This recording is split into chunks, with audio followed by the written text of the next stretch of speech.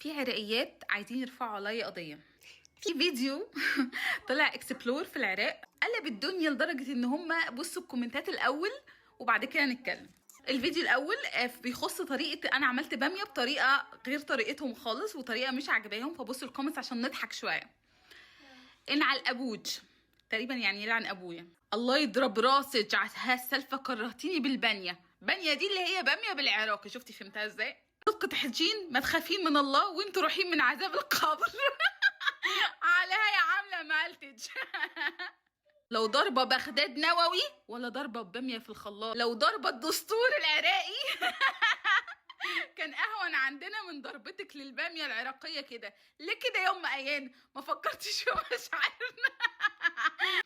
والله لو كتل ابويا ما انقهر هالقهر، هذه بسيطه يمدري شسمج باجر وهي بتنجن وبطيخ.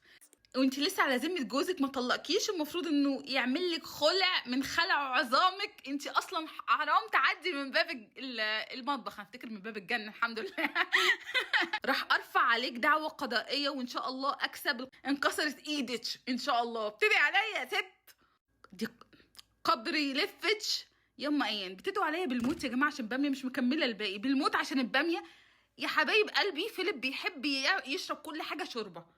الملوخيه بيشربها بالمعلقه، الباميه قال لي عايز يشربها بالمعلقه، كل حاجه بيحب يشربها كده يشربها. فجوزي بيحبها كده فاعملها كده، مش هلتزم بطريقه عمل الباميه. مش دستور هو. زعلت قلبي اتقطع.